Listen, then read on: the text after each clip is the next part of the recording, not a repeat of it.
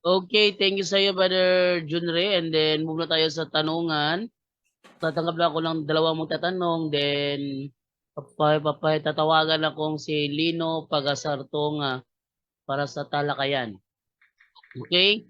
Akin muna unang tawagin si John Paul Pabile. John Paul Pabile, please unmute, bro. Hello bro Jando. Hello, good evening sa iyo, bro.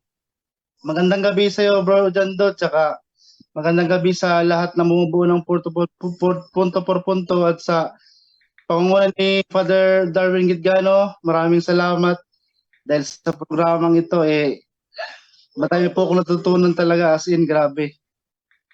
Yun lang po. So, ang tanong mo, bro? Okay.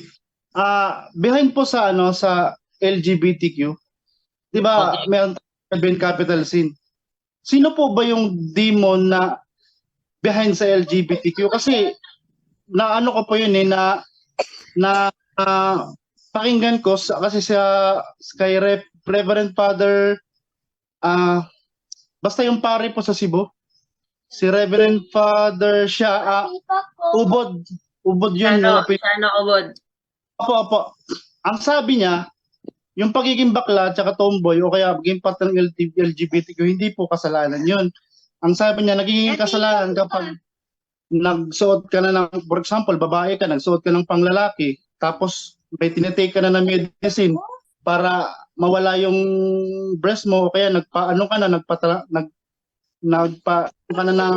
Transgender. yun, parang ganun. Yun na yun may kasalanan. Tsaka yung pakikipagtalik sa kapwa, same sex yun.